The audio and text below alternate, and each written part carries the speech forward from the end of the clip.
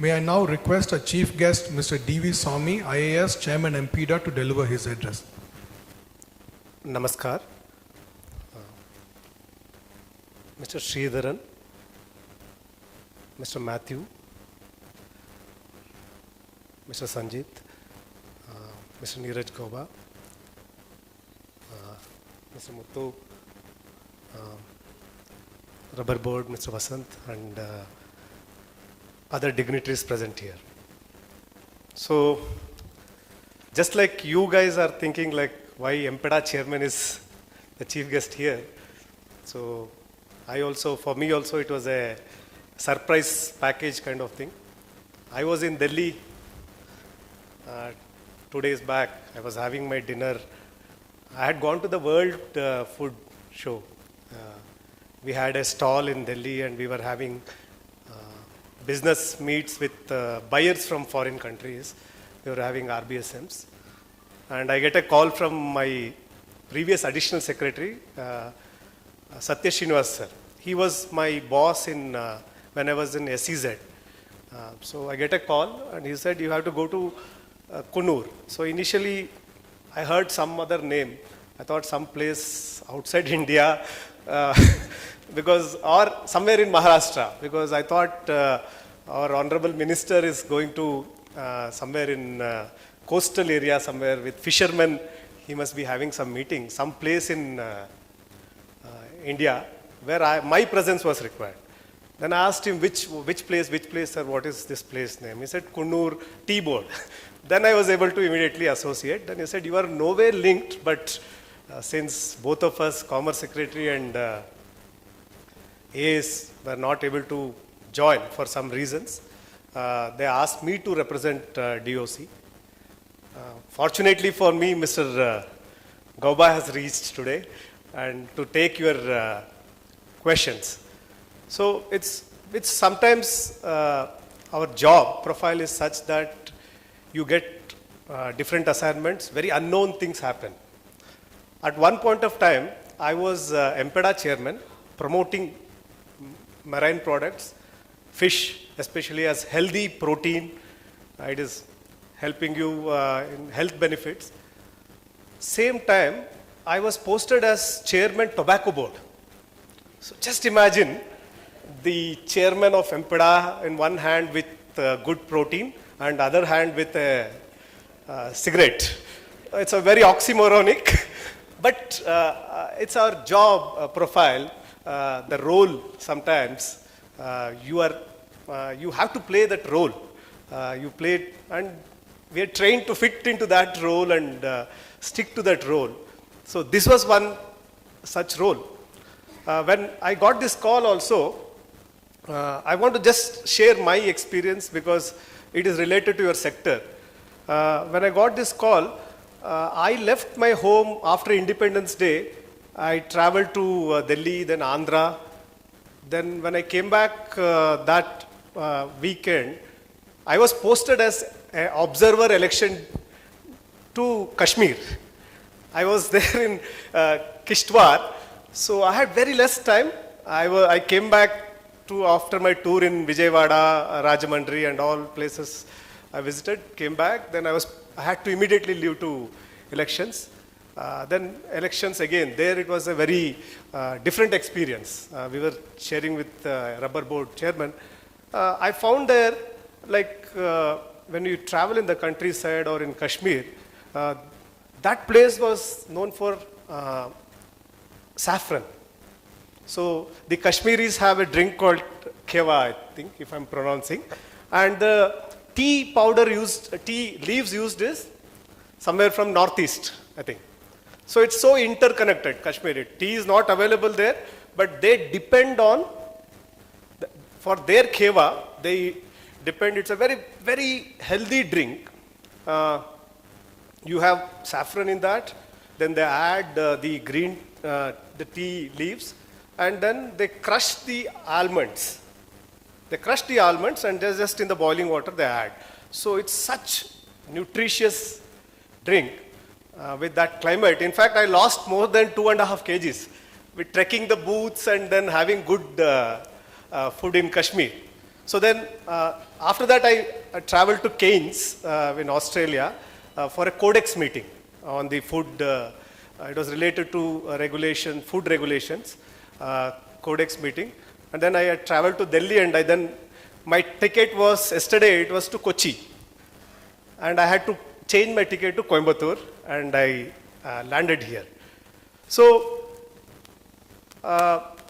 just like my 1 month uncertainty, when I was going through the literature of all the commodity boards, most of your stories are very uncertain story.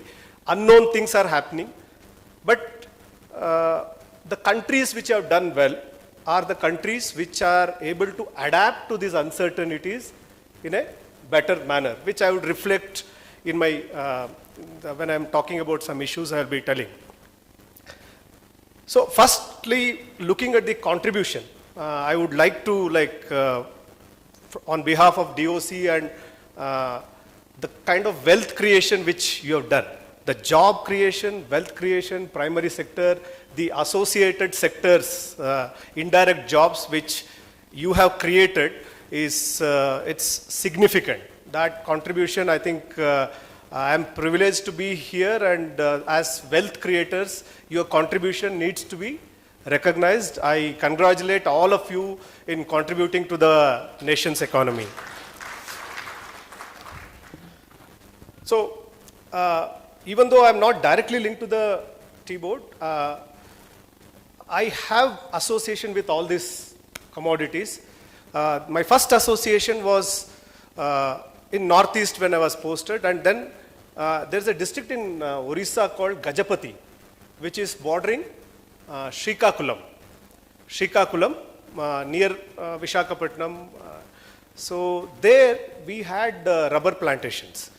The tribals there in the hill areas, they do shifting cultivation.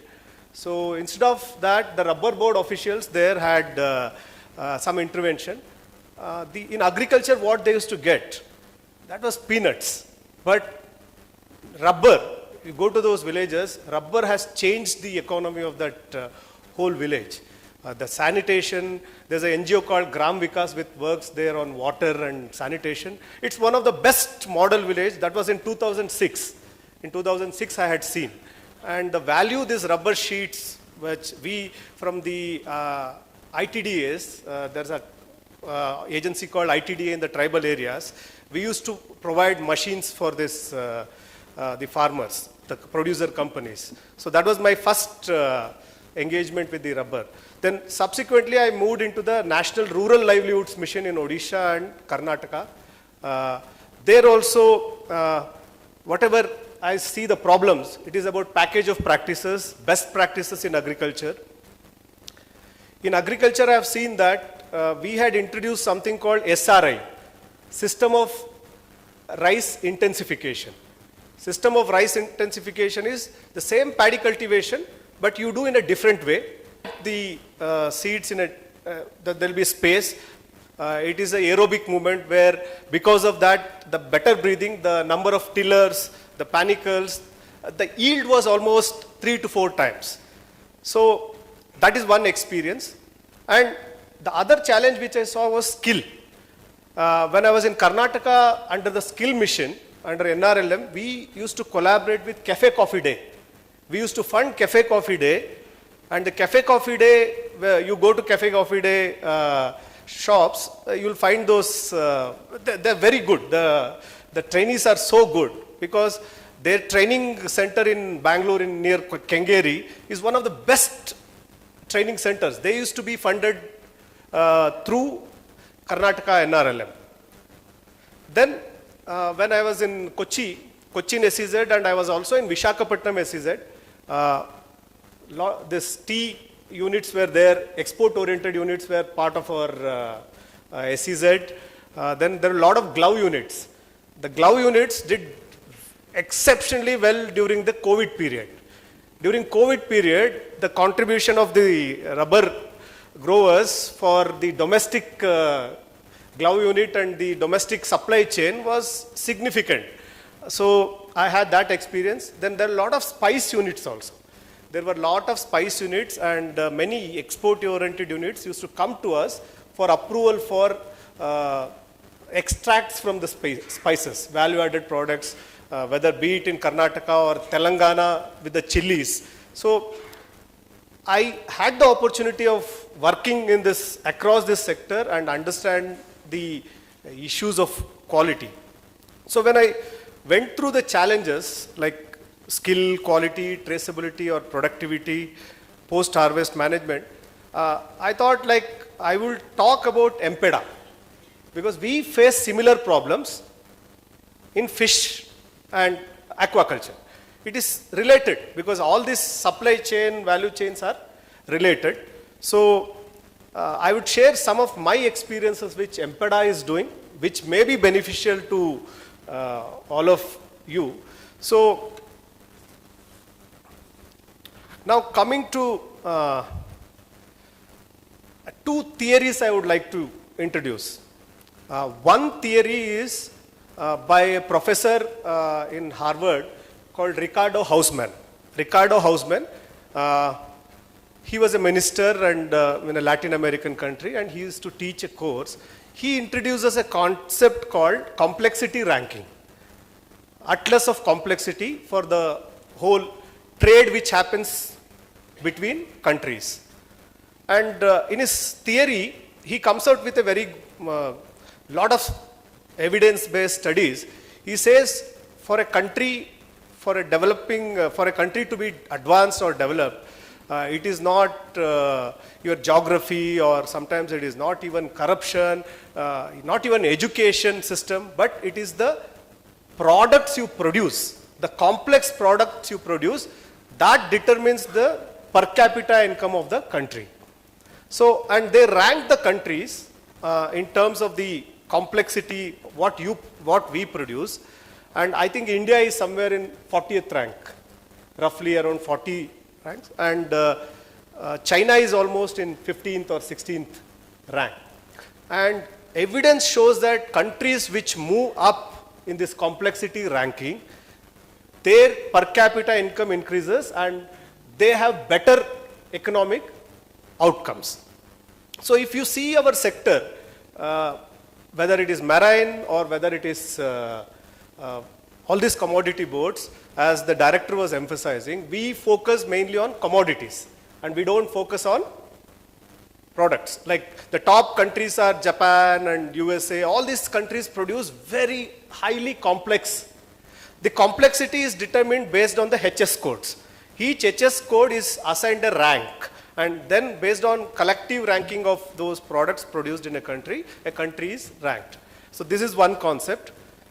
And the second thing is for the commodity boards and all of us sitting here, there is a theory called problem-driven iterative approach. So I just want to make it academic because in India, we always try to give solutions. So somebody has a fever, we'll say paracetamol le lo, just take paracetamol. We don't diagnose properly. The fever is a symptom. Fever is not a disease. Fever is a symptom, but if you examine the body through physical examination, blood test or various tests, then only we will be able to identify the root cause of a problem. But we don't address the root cause of the problem. Most of the interventions, what we do is, we think that we have a solution already, and we say that this solution will work, and that solution does not fit to the problem. So unless we understand the problem and address the problem properly, then we will not be able to solve. So based on these two theories, some of the interventions what we are doing in MPEDA and what other boards also can learn is like, one is the quality, like there were some issues on quality. Similarly, we have quality issues. There are two antibiotics called nitrofuran and chlorophenocol, which are, if you consume that, it will lead to resistance, AMR resistance, and it will have problems. So whatever we export to Japan, 100% of our consignments are tested. And whatever we export to EU, 50% of our consignments are tested because of antibiotics. And EU takes the decision on antibiotics based on the number of rejections which happens at the port. So now to fix the antibiotic problems,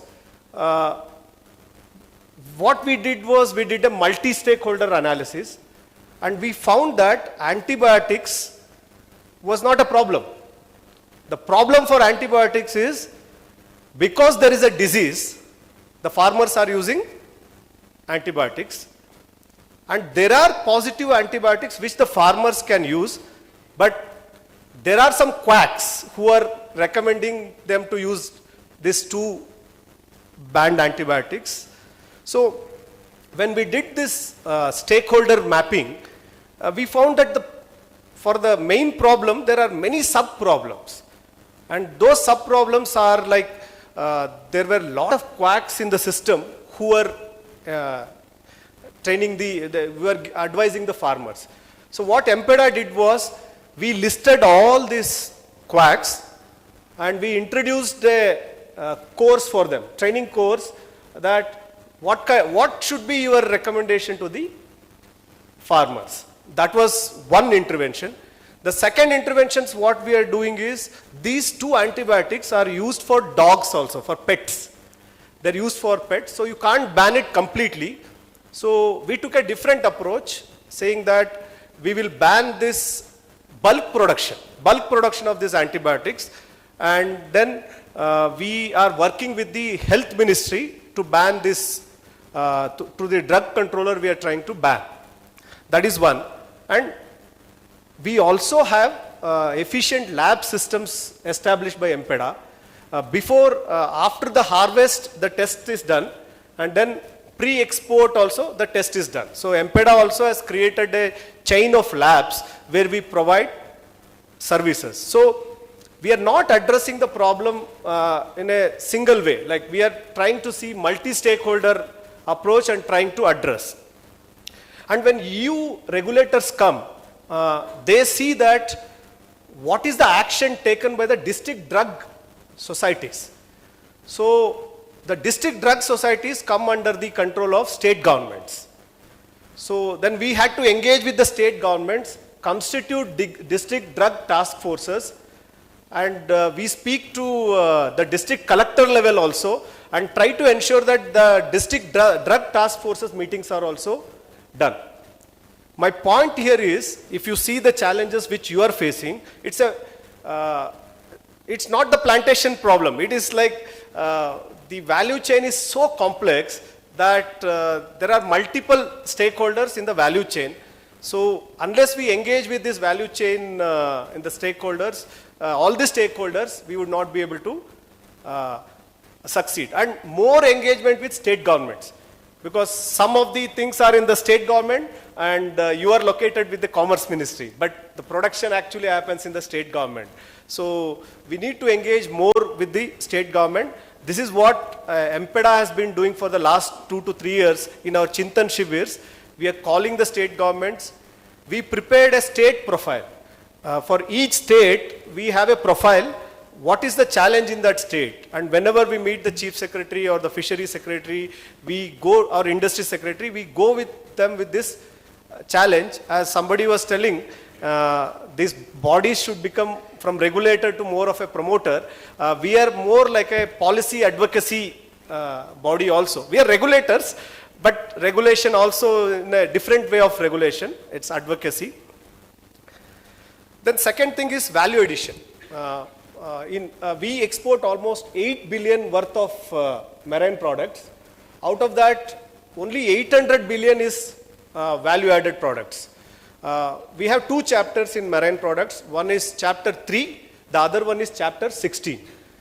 Chapter 16, globally, different countries export almost 30 to 35 billion, roughly 35 billion, but India's contribution is just 800 million. Our shrimp or fish goes to Vietnam, Thailand. It is value added in Vietnam and Thailand, and then it goes to EU or America. Our raw material is value added in Vietnam and Thailand. So one intervention we have done is,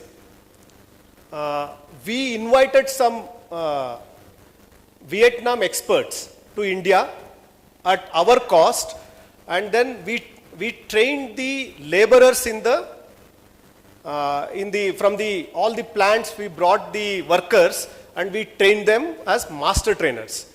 Because if you eat shrimp, or there are some butterfly kind of shape things, then there is a Nobashi product in shrimp, which is for millimeter. Japan looks for quality, the look and everything. So it is up to 1 millimeter level, you have to be, the precision should be there. So unless the workers are trained, the laborers are trained in the factories, we would not be able to produce this. Even the breaded products, the kind of breaded products which they make. So now these workers, master trainers, are training again in the factory other workers, and nearly 30 products have been prepared by Indian manufacturers, and they have sent it to the buyers abroad. So my point here is, like, if we have to do value addition, the commodity boards, we have to actively or aggressively, we need to get expertise from foreign countries and try to train our manufacturers within the country. We also, yesterday I was discussing Mr. Sanjit. It is based on my SEZ experience.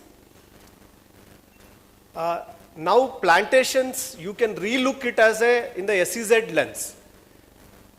Why do we say it as plantation areas? We can call it as processing zones. Processing zones. And when I visited the stalls, most of these interlinked units can be located in some zones. Some zones. The advantage of SEZ is, whatever raw materials or the material which you invest, you get the duty benefits in SEZ. Like almost for some of the materials, you will get 30% duty benefits. So right now the SEZs are mostly in land. So from MPEDA, what we have done is, we have recommended water bodies to be treated as SEZs. Because there is a reservoir, and the reservoir, somebody has to do fishing. He wants to grow fishes there. So he will be setting up his seed plant, feed plant, everything nearby the reservoir. That is on the land.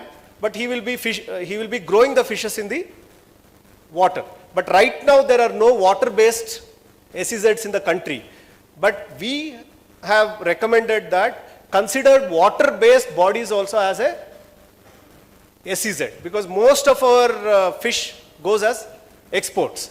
So I was requesting Mr. Sanjit that because the investment is very high, what you need to invest, if you want to revolutionize the existing plantation system, you need to get more investment. Because what Mr. Muthu, my good friend, is from Odisha Cadre, the budget which DOC gives for, it's not much. In our case, MPEDA gets only 100 crores. 45 crores is salary and pension. And in the balance, 50 crores we work.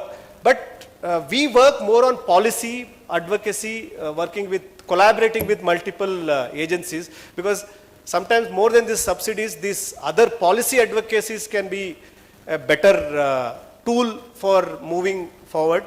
So I once more thank UPASI to having invited me, and Mr. Gauba to have airdropped me. And thank you very much. And in future, definitely somewhere the association is such that somewhere you may see me in any of the ministries, and I have also invited Mr. Sanjit to our MPEDA office.